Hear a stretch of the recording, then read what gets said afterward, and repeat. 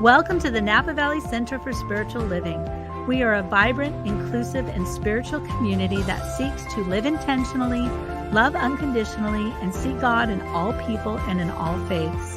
We believe the work we do in prayer and in the community creates a world that works for all cultures, races, orientations, and faiths. For over 60 years, we have practiced thinking globally and acting locally to help awaken humanity to its spiritual magnificence.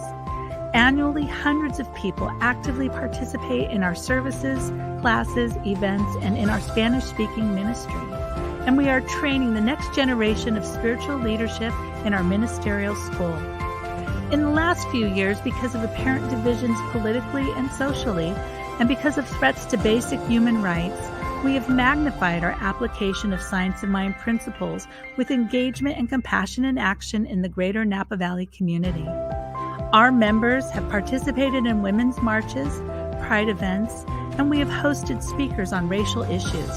We have empowered and mentored diverse leaders in our community and given scholarships to diverse ministerial students. We have donated over 4,000 pounds of food to our local food bank. Our spiritual director, Reverend Jay Lang, has facilitated an interfaith leadership group to hold public prayer vigils and 9/11 commemorations in participation with Jews, Muslims, and Christians. We have fostered the creation of a beloved community in the larger Napa Valley area by honoring community heroes at events and tithing to and partnering with a dozen different nonprofits that share our vision. Together, we've created a Martin Luther King Day of Service where over 1,200 participated in community service annually. The leadership of our parent organization, the Centers for Spiritual Living, headquartered in Golden, Colorado, recognized our community for all of the outstanding, compassionate work we've been doing over the last few years with the 2022 Meritorious Community Award. As we move forward to do this work of the heart, to awaken the world to its spiritual magnificence, will you join us as we continue to ascend to new heights and create a world that works for everyone?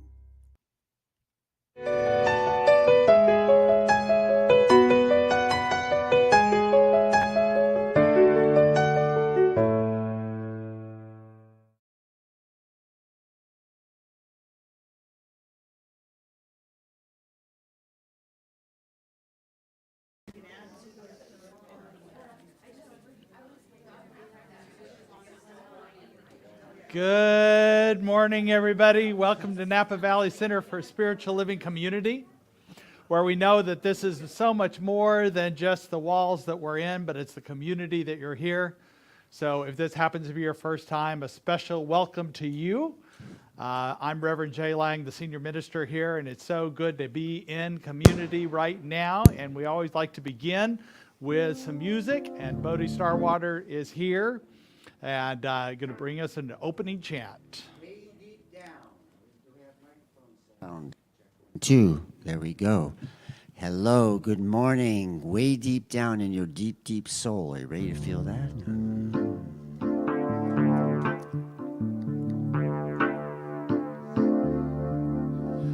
Way deep down in your deep, deep soul, there's a river. A river. Try it. Way deep down in your deep, deep soul, there's a river, a river. Way deep down in your deep, deep soul, there's a river running, gonna make you whole. Way deep down in your deep, deep soul, there's a river in your heart. Way deep down in your deep, deep heart, there's a fire. A fire.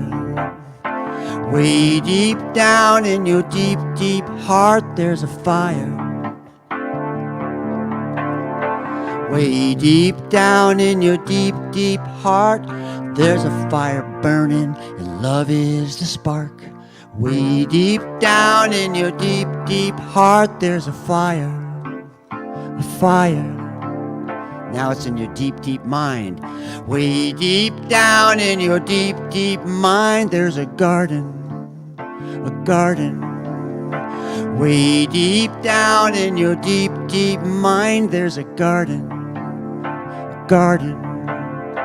Way deep down in your deep, deep mind, plant the love and flowers that you want to find. Way deep down in your deep, deep mind, there's a garden. A garden. There's a garden. A garden. Way deep down.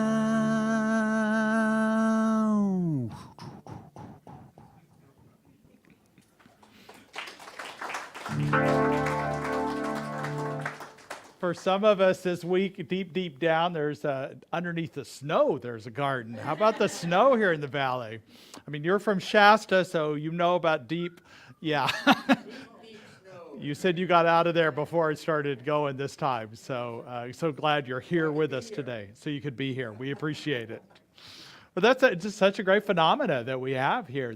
I think the first time since 1976 we've had snow that low in elevation. So it's kind of a fun little treat we've had this week.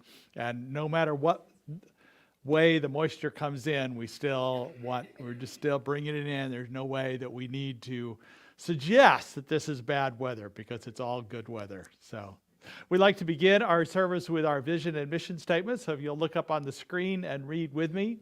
We are an inclusive community for spiritual growth and compassionate action. And our mission statement: we are co-creating a world that works for everyone by living intentionally, loving unconditionally, and seeing God in all people and all faiths. And so it is. We continue to celebrate Black History Month. This is the last Sunday of it, but I think it's something that we want to be mindful of every day of the year, to be aware of from the lens of people of color, from different genders, different orientations, different gender identities that we embrace and consider in all that we do. This week I was hearing a story about a Virginia State Senator that was just elected. Her name is Jennifer McClellan. And what's interesting about her, she is a black woman, but it wasn't that unusual for a black person to win because, in fact, she ran against a black man and was taking over for another person of color. So it wasn't unusual in that district, but here's the thing that caught my attention. Her great-great-grandmother, so 4 generations back, had to get 2 white people to vouch for her before she could vote. She did, and she voted, but it also meant that certain people who didn't have that kind of relationship with white people didn't get to vote. So it hasn't been that long since we made progress, and in fact, in 1965, a Voting Rights Act was passed, a Civil Rights Act was passed, and there's some resistance in Congress right now to renew the John Lewis Voting Rights Act. And I think we need to be clear with our senators and our representatives that is something we want them to continue to support, and that we advocate for that in whatever way we do that. Because it's important that all people have the right to vote, and that it's easy to access, it's easy to exercise, because not everybody has the privilege of being able to vote easily because of their job or transportation, so we do what we can to support them in that way. So I think I have a picture of then and now that people continue to fight for the right to vote and know that it's an important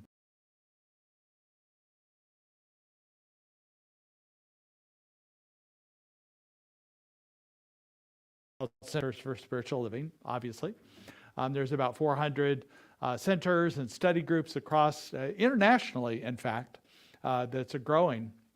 And I was a little concerned because at last year's convention, we won this wonderful award that was the Community Award for all Centers for Spiritual Living. So we were the 2022 winner, and my mind was going, well, whoever it is this year, they're not going to be as good as us, right? Well, who won this year was a Center for Spiritual Living in Kenya. So it's hard to compete against that. Okay, they deserve it. But we will always be the 2022 Community Award winner, okay? So. Yeah. We also elected a new spiritual leader. So we have an executive director who runs the business, the executive parts of that. That's a hired position for all Center for Spiritual Living. But we also have a spiritual leader that's an elected position that centers and individuals vote for that person. For the past 3 years, it's been Reverend Dr. Edward Villoon, who is also the senior minister in Santa Rosa. He's been a great spiritual leader. Once again, we were not sure if we could replace him easily. But in fact, we voted in, and she's been sworn in, Reverend Dr. Sunny Contrail. And she's this wonderful, gracious person who has a lot of experience in leading spiritual communities, but also in the work of grief and the work of care and different ways. She offers excellent leadership, and we're so happy that she's our new spiritual leader. So you'll hear more about her. I'm sure she'll send a message out to communities, and I'll make sure, and either by video or read that to you. So yeah, it's good. It's good to have a woman in charge. I think I always support that, so that's great. Just checking on, make sure I get all of these announcements done we have to do. So that's what I thought. So the next thing that I want to tell you is starting tomorrow, I have released a new spiritual guide, the 42 Days of Spiritual Awakening. The theme is to reawaken our spiritual magnificence. The truth is we have been magnificent and fabulous since we were born, but sometimes we forget it. Sometimes we need reminders. And the whole practice of 40 days or 42 days is a long-standing tradition that it's enough to establish new patterns, transformation. So if you do it enough, Moses spent 40 days on Mount Sinai. Buddha spent 49 days under the tree, under the Bodhi tree, where he received enlightenment. Jesus, 40 days in the wilderness. And Jesus' 40 days in the wilderness has started the tradition of Lent that we're in that season now. That's actually 48 days long, but they don't count Sundays, so it's considered 40 days of Lenten practice. So all of that just brings forth the idea of 42 days. And by the way, if you search on the internet what the meaning of life is, the number 42 will come back. I don't know if you knew that or not. Do you know why? In the Hitchhiker's Guide to the Galaxy in the 70s, it was proposed there, so now it's still this rumor that that's the meaning of life is 42. It's complicated why that is. I don't need to go into that. But anyway, the meaning of life is found within these 42 days. And not only are we awakening our spiritual magnificence, but we're awakening all of humanity.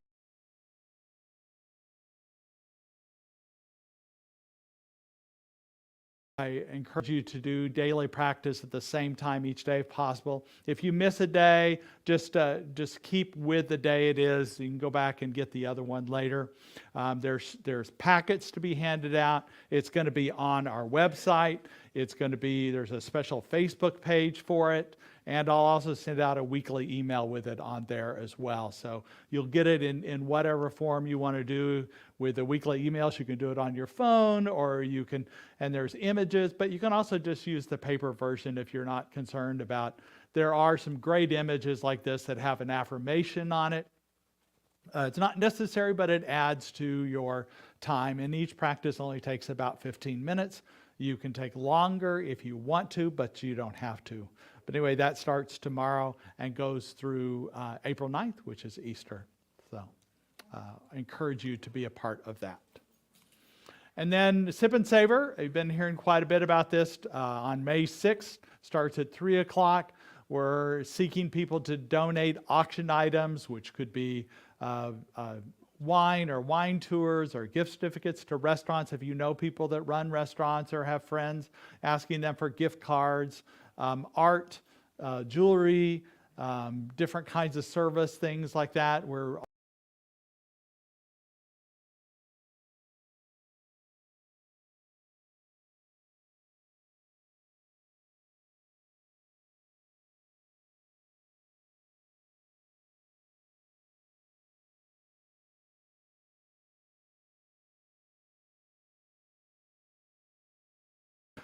award people that. Also, if you know wineries that can pour for the event, or if you're interested in being a sponsor, that's all in those forms. You can find that on our website. But it's a fun event. We've had, now this is our 6th one, and we've had several fun things that we've been able to do. And there's a picture of the last year's Compassionate Heart Award and some of the people that have won it in the past. So it's a fun event. Plan to be there, and also if you can donate things or know wineries or nominate somebody for the Compassionate Heart Award, that would be wonderful. And then the other days coming up, we have a guest singer, Patricia Bahia, who will be with us on Sunday, March 19th. And here's a little video of her. Even if we disagree, we are one family, and it don't matter where you come from. Every heart beats to the rhythm of one love, one love.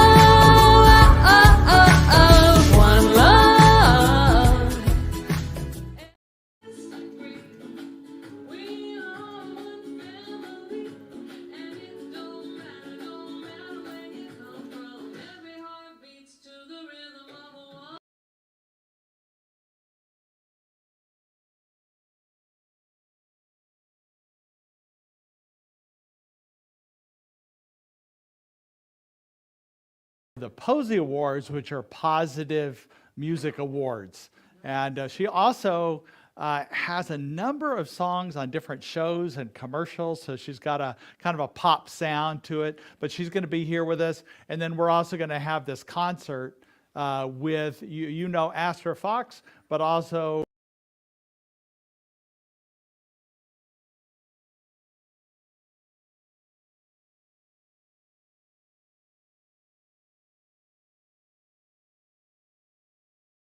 the tickets are on sale now. Suggested $20 tickets, but if that's too much for you, there's also a way when you sign up that you can register for a gratitude donation for less, whatever you want to do. But the thing is, we want people here. It's not about the cost. We really want to fill up the room. And so it's a great concert to bring family, friends, neighbors to, because it's not overly spiritual. It's just kind of a fun thing, and the songs they sing, it'll be really a delight. So I hope you can be a part of that on March 19th. And then we heard you already now. So other things coming up, Easter, April 9th, and who I was talking about, Dr. Reverend Edward Viljoen, who was the former spiritual leader, will be here on April 29th and the speaker. And then May 6th is our Sip and Savor. So I also want to make sure you know that we're here for you for prayers, for any kind of support you need. Please contact the church office if you need anything, or there's words to meet with practitioners to have a brief prayer, one-on-one, a personal prayer. And so we also ask that you take conversations outside. We have a tent set up. It may be raining by the time we finish the service, but there's a tent out there where you can get coffee and snacks, and so join us for fellowship back there. And now we're going to begin the sacred part of our service.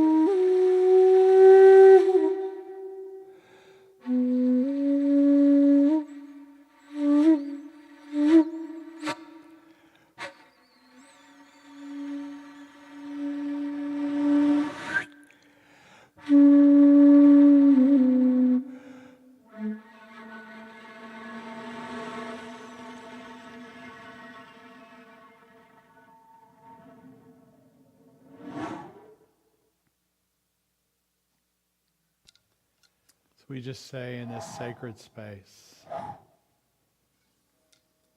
just breathing into this moment,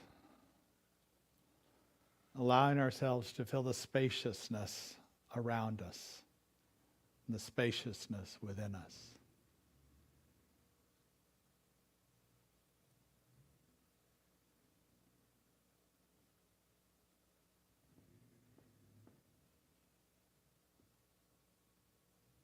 I'm going to begin playing a video prayer. You're welcome to keep your eyes shut, or you're welcome to watch the visual images of the prayer. One of the prayers we have online that you can access anytime you want.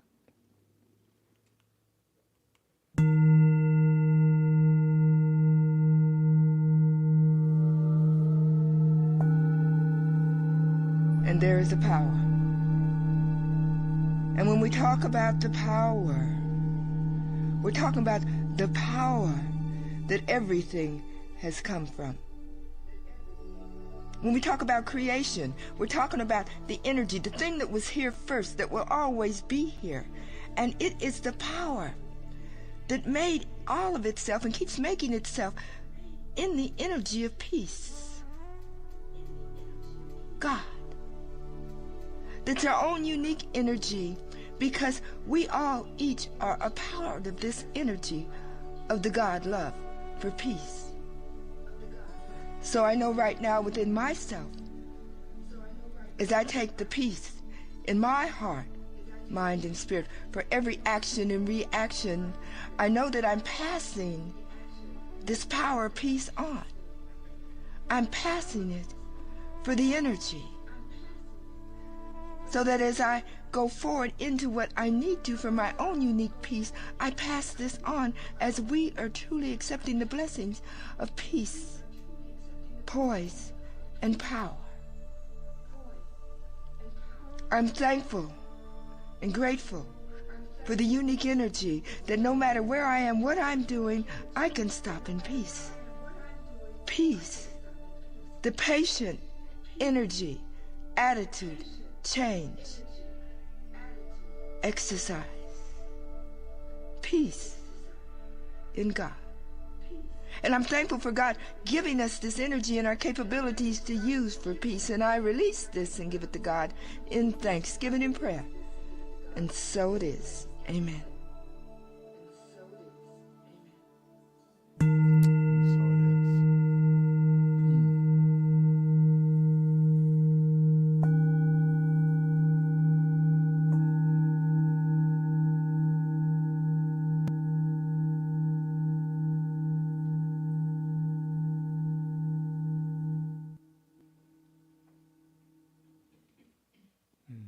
Such a beautiful prayer this morning. Blessings to everybody. Back to you, Bodhi.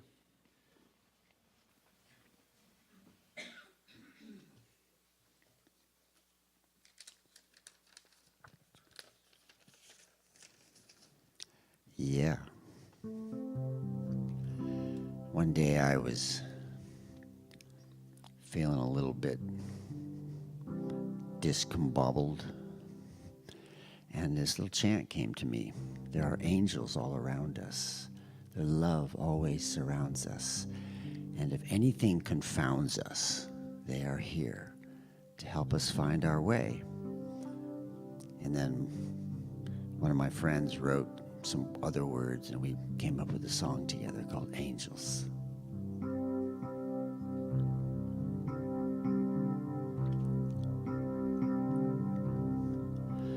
There are angels all around us.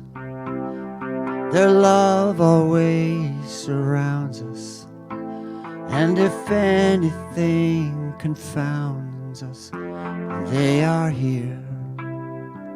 Help us find our way. There are angels here to guide us, to help us hear and see. They could be right here beside us. They are here, side of you and me. Do they know that they are angels?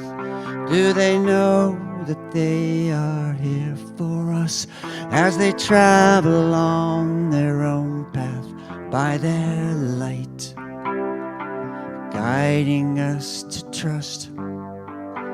Are these angels wearing wings, shimmering and bright?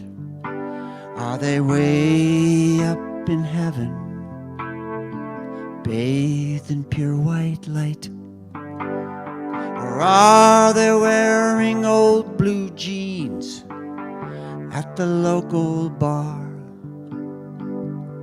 eating chips and salsa, asking how you are? How are you today? The secret is to see them, to find them every day. Learn to recognize them, listen close, what they have to say. They are here to give their love to you. Share compassion you are due, to find the joy, let go of fear. After all, isn't that why we're here? 'Cause there are angels all around us, their love always surrounds us, and if anything confounds us, they are here.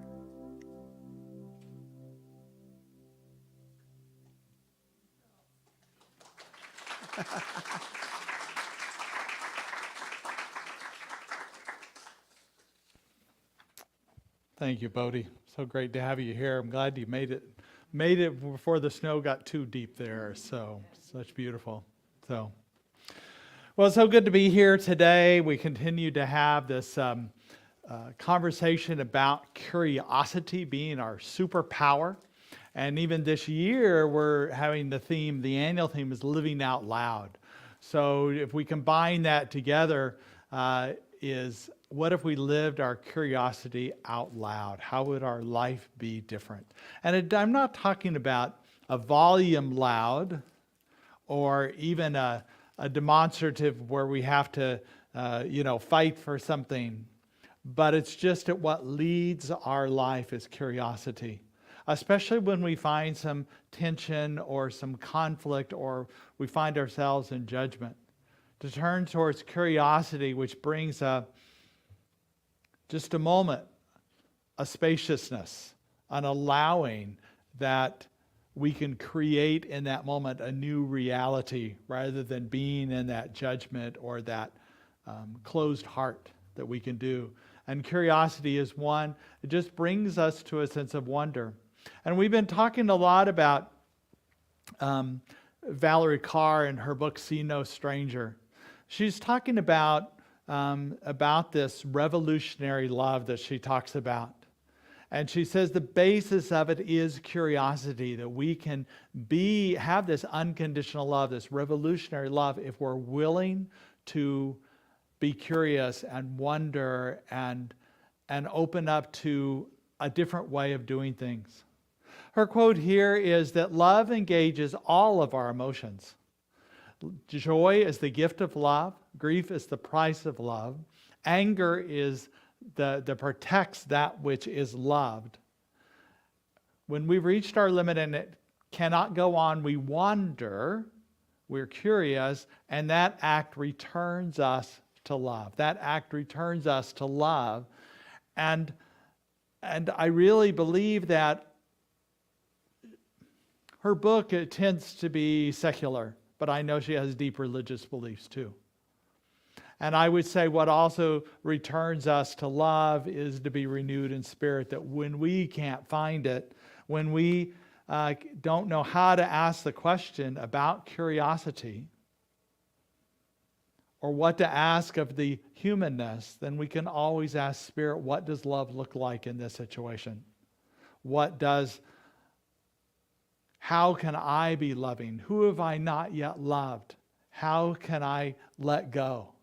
And Spirit will be that strength and that power and that love within us that will guide us. It may not be a burning bush or a lightning that flashes down, but it will be a sense of serenity, a sense of peace, a sense of that things are going to be okay.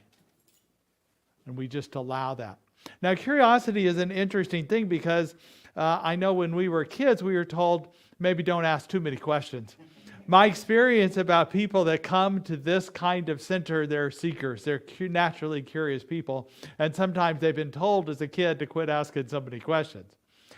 Right? I heard a story of a girl, her name was Tara. She's a very sweet girl, and she'd like to ask a lot of questions. I mean, a lot of questions. And one day, her mom finally just had it with too many questions. Like, moms can do that. They just reach a boiling point.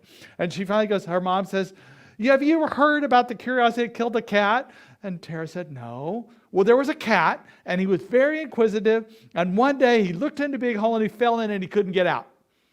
She got all big-eyed, and she goes, well, what was in the hole? And the mom goes, you were in there because you were too curious. You just keep... And then she breathed, and she goes, you were in the hole, but you kept asking questions, and you helped the cat get out, and you got out too. And the little girl goes, that's because I'm so good. And her mom says, yes, you are. I also heard a story about a kindergarten teacher who was walking around her classroom as the kids were drawing different things, and she liked to check in with them and seeing what they were drawing. And so she went to this one girl who was really intentional about what she was drawing. I said, what are you drawing? She goes, well, I'm drawing God. And the teacher paused for a moment, not sure what to say. She said, well, we really don't know what God looks like. And the little girl looks up and says, in a minute they will.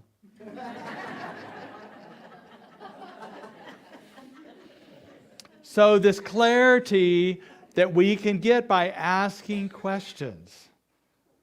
Now, although if I looked at that picture of God that she drew, I may not recognize it as God, but she knew it as God. And that's the important thing, that we are asking God to show it in our lives, and we know it to be. No one else has to verify that. We don't have to prove anything to anybody. We know the truth, and we can feel that in that. And that's why we continue to allow Spirit to show up in us. When Valerie Carr, in this book, See No Stranger, she created this compass. And she, as a way to practice and create revolutionary love. And it has levels of transformation that are both internal, that's just kind of the inner circle, the interpersonal between people, and the social changes. So all at those levels. And they're all with the idea of loving ourselves, loving others, and even loving those who oppose us. That's transformational. But she says it's important to know that we really need all three, because loving just ourselves is escapism. Loving only others is ineffective. And loving only our opponents is self-loathing, because that only means we're loving somebody who opposes us, but not the people near us. So we continue to show up in our lives and seek to find that which is loving, that which is opening up. How, if we find ourselves in a case of not loving ourselves, to open up to Spirit, open up some of these practices, turn to wonder. Often, when we are struggling with our own self-love, it's about grieving. It's about loss that we've had or we blame ourselves for. And just to feel that, allow yourself the space to grieve it, to be with it. Allowing ourselves to reimagine what love could look like in our lives, to listen to other people, to advocate for other people, and to serve other people while still having a sense of ourselves. And asking Spirit to show you the way, to show us the way as a community. I love how she defines love as a a fierce labor that is sometimes bloody and messy, like a birthing process. We know that love is that way. And she continually asks those different questions about being this love and this joy that when we are able to love ourselves, love others, love our opponents, there's a joy there. Because we have moved out of the way, we have moved past any obstacles, we've done that which we're called to do, and there's a joy in that. And here's the little video of her talking about joy. I have discovered about joy that we cannot force it. But when we create moments to be present to our surroundings, to take breath into our bodies, to sense the present moment, the color and light and feeling of being here alive together, then joy comes more easily. It's beautiful thoughts, right? It comes to us as easily. I know this past week I was out walking in my neighborhood, and I was feeling a little down. Just feeling some people I knew close were having challenges in their lives, and they were heavy in my heart. With the war in Ukraine, a year anniversary, that was heavy in my heart as well. And I was just walking slower than I did usually, and I almost stumbled into this tree that had these flowers in it. And I looked around, and there were other ones too. And it gave me hope for myself, for those who I held in my heart, for Ukraine, that there is a spring, there is a growth, that spirit is alive, and there's a movement in things. I can't say it solved all those problems, but it gave me a sense of joy, a sense of peace, a sense of knowing that when I create space in my life, spaciousness, then I leave enough room for joy. I leave room for love. And when I stay into that worry mode, that constriction, then I'm not leaving much room for anything other than what I hold heavy in my heart. And what's great about, Richard Rohr talked about this, about that if we love like God loves, like the universal love, we can hold the heaviness and the joy and the love at the same time. We think we have to get through something in order to feel love and joy, but really we can hold them at the same time. And in some ways, I think the joy is more profound when we're able to do that in our pain, in our struggles. I ran across us, randomly. Whenever I'm preparing for a talk, things just suddenly show up. And when I wanted to talk about joy this week, I was just driving in my car, listening to NPR, and there was this poet on. His name's Ross Gay, and he recently wrote a book called Inciting Joy.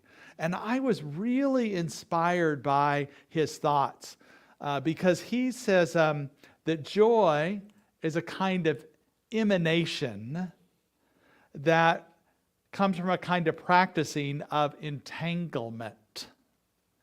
That our belonging to one another is always there. Our reliance upon one another is always there. He also wrote a book on delight, and he said delight is like when a bird lands on your shoulder. I mean, it's kind of cool and kind of a fleeting thing. But he said joy is always there, always. He compared it to the mycelium, that is the fungus that grows in the ground, that's always there, and it branches out, that connects all living plants, literally. And that is like joy that is in the universe. It's available to us. But it's necessary that we have that spaciousness to be able to find it. And he goes on to talk about this entanglement idea. So this entanglement idea means our lives that are entangled, the entanglement within us when we're going through a situation, that really right in the midst of that, and sometimes because of this connection we have with other people, we find the joy. Have you ever noticed that when you are carrying a heavy burden, that when you're able to share it with someone, or if you're able to listen to someone else's burdens, that it didn't necessarily solve them, but it felt lighter and more joyful, and there's some peace around it.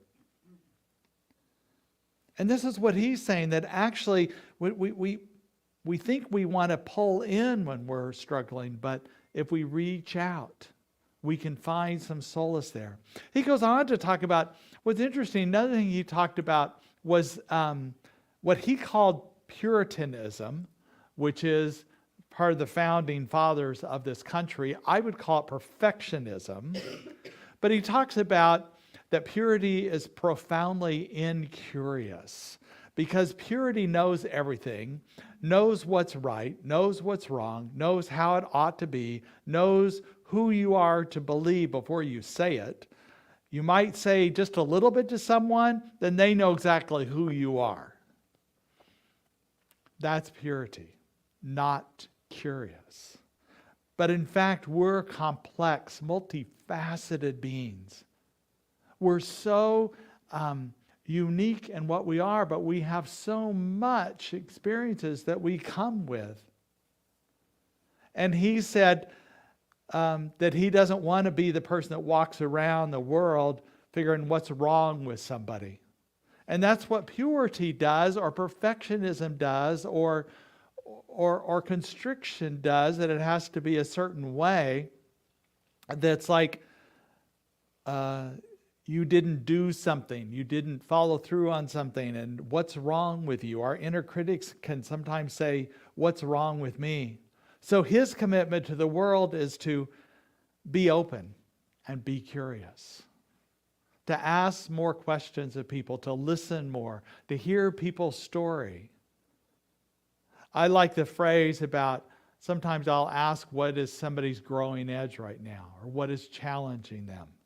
I like growing edge because that suggests what they're challenged by is they're learning from and they're growing from. You know, what's going on with you right now? And I think if we want to continue to open up to this truth, up to a greater life in this curiosity we have, to open up to joy, we need to do a few things to do that. The first one is to gain perspective. What we know is living out loud curiosity leads to inner joy and invites the inner joy. And if we rise up to gain perspective, it allows us to see the world in new eyes in that way. I was reading about this woman, her name is Bianca Fernandez, and she grew up in LA in an area where there was so much smog and haze that she didn't really believe there were stars. A friend took her out to Joshua Tree National Park. I don't know if you've been out there, but it's in the high desert. And there's no city lights around there. So the whole sky opens up in stars. And she was so profoundly affected by that, the joy of that now she's started hiking clubs with other Latinas and opened up to, as she says, excitement about what's over the next rise. When I was at the convention this week, our theme, interesting, we were talking about revolutionary love here. The theme for the Centers for Spiritual Living was evolutionary love. And what the speakers were talking about is if we evolve our love, we rise it to where love is needed. That we don't bring it down to a level, we rise up. So we rise up in this new perspective.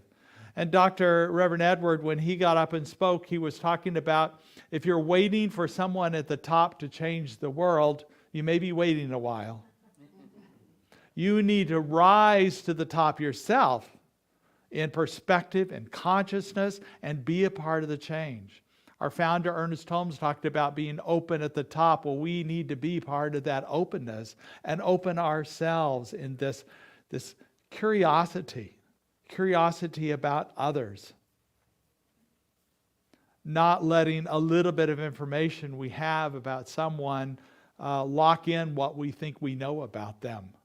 Don't have that puritanical or that perfectionism locking situation that we have a file card, they're in a file, now I know who they are, they're this person. Because in truth, the philosophers said that no person ever crosses the same river twice. Now, you're going to go, well, I cross over the Napa Creek all the time on that walkway. What do you mean you never? Well, because that creek changes and we change. So we're not the same person. It's not the same creek when we cross it again. And those who come to us, who we meet today, I haven't seen any of you, at least for a couple days.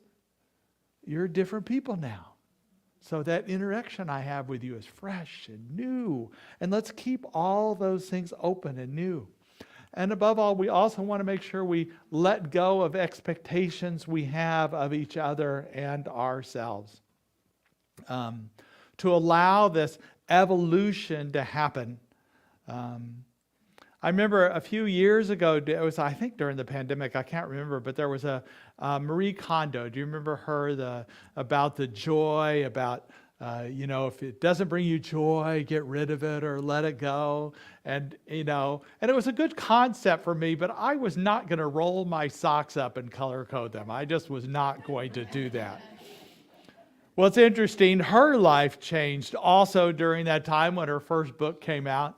And she had 2 kids and had another child, so now she has 3 kids. And she has a new book out on Karashi at home. And in the book, she said she admitted she's kind of given up on tidying up. That decluttering is on the back burner, and she's decided to embrace the mess. Now, I don't know about you, when I first heard that, I kind of had a sadistic kind of joy with that. That's not the joy I'm talking about today.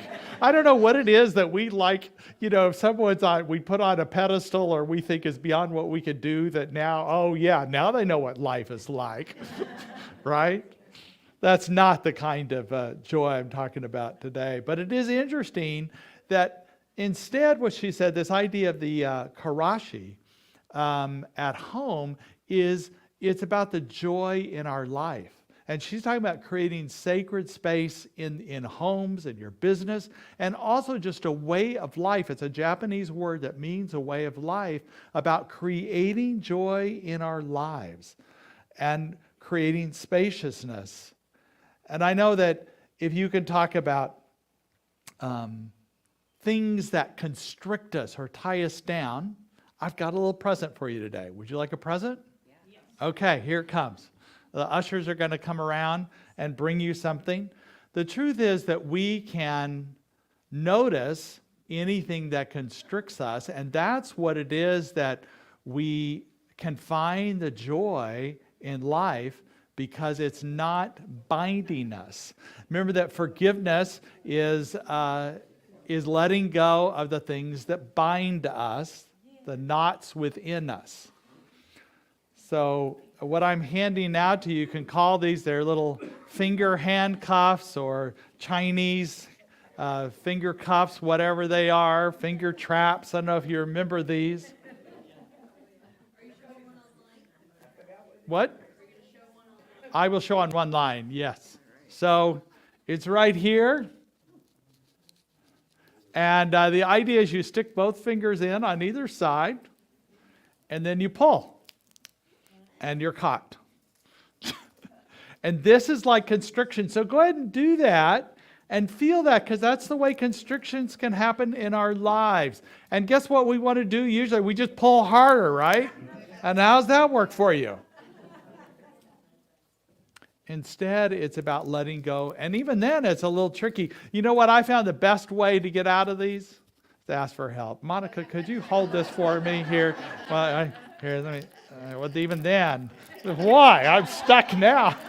Oh, it's breaking. That's another way to do it. You really got it. So twist it, bend it. So we're getting help. We're asking. We're curious about how to do that. So this is your welcome. Take these home, and just the idea of them. Oh, this, and then you can also have a partner. get into construction with a partner. I've never experienced that before. Entanglement. That's what it is. That's exactly what it is. So the importance of creating this sacred space in our lives, a spaciousness around us.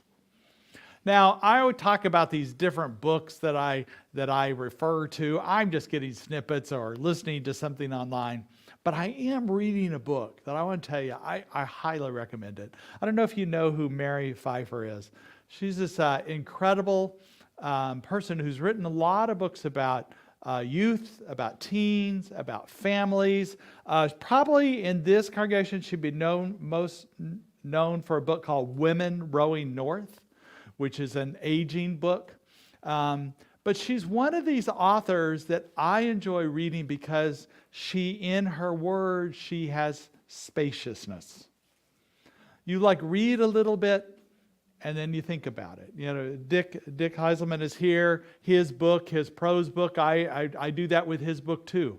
So he's got poetry in there, and you just reflect on it a little bit. And that's the kind of book I need. I don't want a mystery where it's like, okay, who did it? I want some spaciousness. So this is her new book, A Light in Light.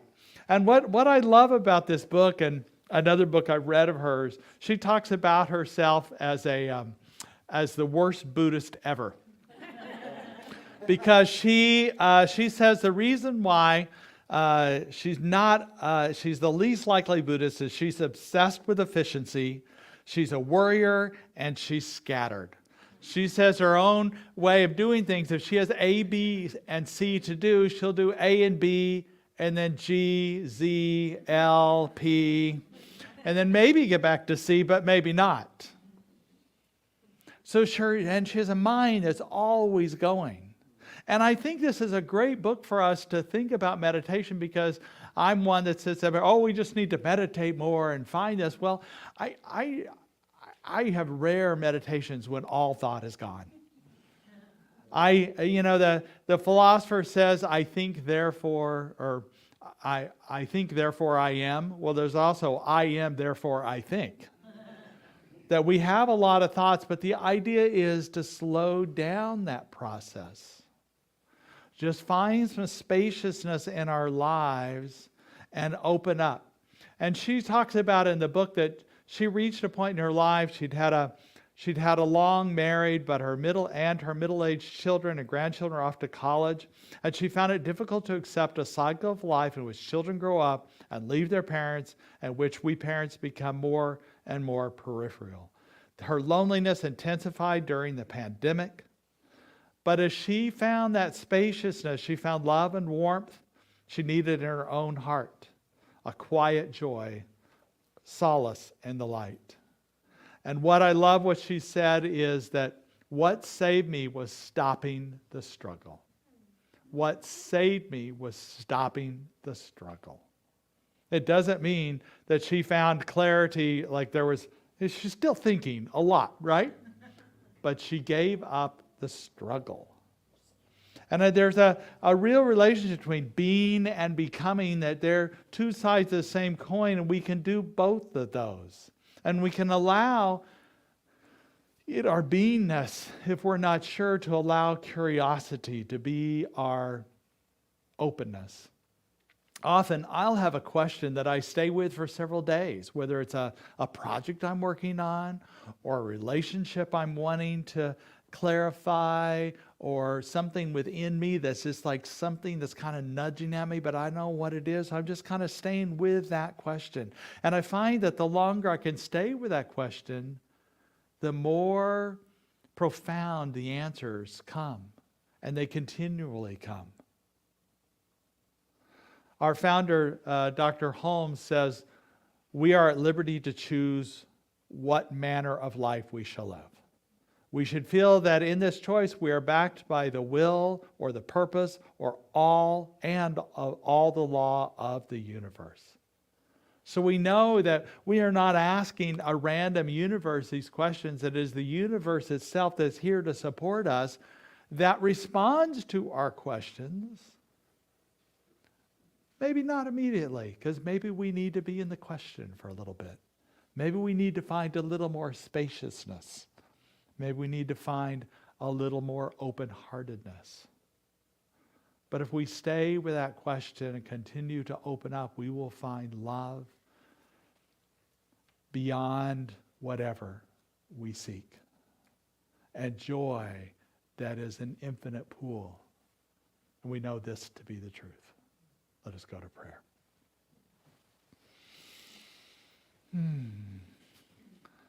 I know that I am. I know that we are one with all that is. This life eternal, this life that is joy itself, that is love itself, is ours in this moment. Because we know Spirit, the universe, Yahweh, God, is an infinite source. And it is moving in us and allowing us a greater experience of love, of our spiritual magnificence, of joy, of peace, of all that we seek. And I know this to be the truth in this moment and all moments. And so it is.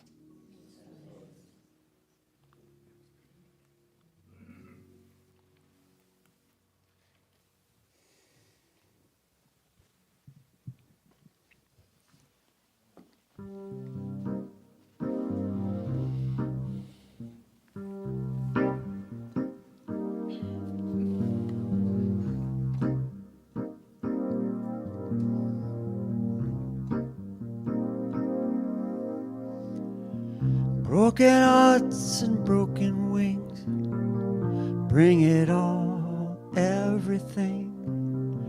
Bring the song you fear to sing, all is welcome here. And even if you broke your vow 1,000 times, come anyhow.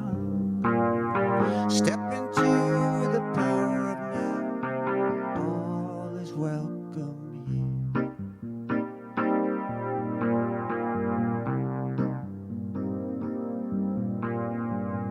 See the Father and the Son reunited, ere they come, dancing to the sacred drum. They know they're welcome here. See the shaman, the mighty priest, see the beauty and the beast, singing I have been released, all is welcome here. La la la la la, la la la la la, la la la la.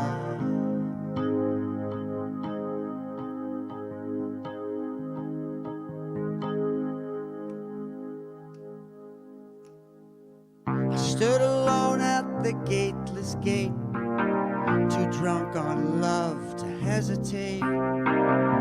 To the winds I send my fate, the remnants of my fear. I took a deep breath and then I leapt, and I awoke as if I never slept. Tears of gratitude I wept, I was welcome here. So bring your laughter, bring your tears, your busy lives and your career.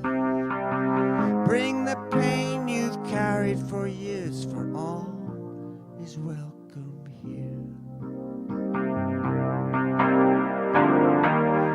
La la la la la, la la la la la, la la la la la. Can you try that with me?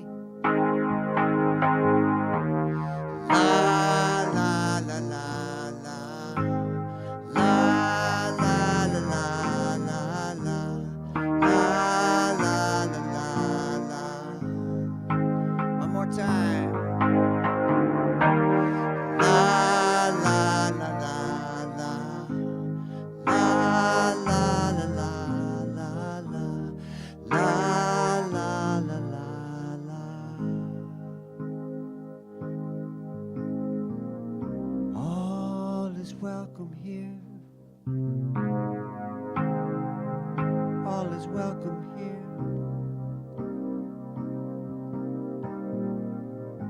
All is welcome here.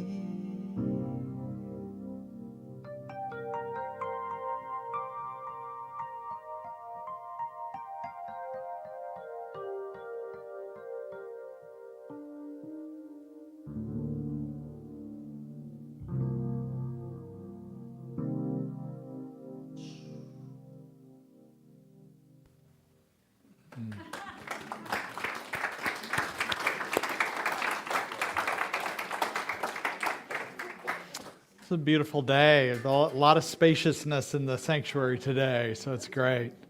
This is the time when we invite you to be part of the law of circulation. If the ushers could come forward. We appreciate the donations that you're able to give to our center, either in many different ways that we offer. There's a texting, there's online. Some of you do your pledges ahead of time. And contributions you give here during our services. We appreciate all the support. So whatever that way is, if you've already given for your monthly giving, or if you've given online, or you're just giving up the heart today, or you have a contribution, place your hand over your heart with that contribution or your thought of that contribution, and repeat the following affirmation. Divine love as me blesses and multiplies all that I am, all that I have, and all that I circulate, and so it is. God is my source, God is my power, God gives me everything I need. So I give thanks for all my blessings, God gives me everything I need. God is my source, God is my power, God gives me everything I need. So I give thanks for all my blessings, everything I need. God is my source, God is my power, God gives me everything I need. So I give thanks for all my blessings.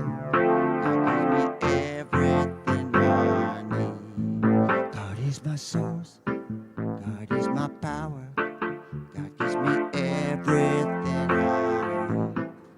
So I give thanks for all my blessings, God gives me everything I need. Yeah, let's get going with my source. God is my power, God give me everything I need, everything, God, I give thanks for all my blessings. God gives me everything I need. God gives me everything and everything and everything and everything. And God gives me everything. I mean, everything is everything, but maybe nothing is enough. Nothing is, but nothing is enough.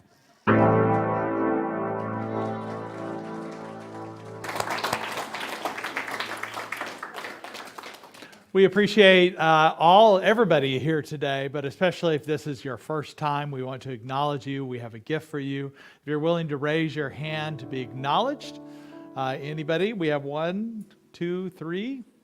Thank you for being here today. I'm not the same person, so it's my first time.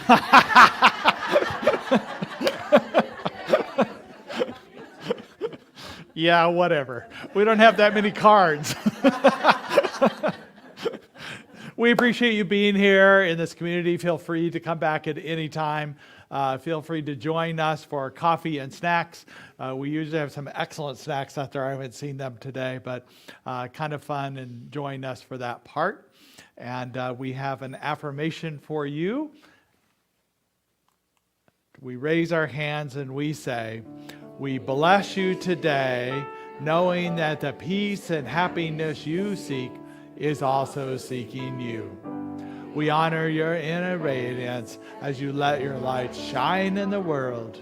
We are grateful for your presence in our community, and so it is. And finally, let's stand for our congregational affirmation and closing song. Repeat after me. Something wonderful is happening through me right now. I'm led by Spirit. I'm guided by wisdom. I am protected by love. I am here to be a blessing. I am so grateful. And so it is.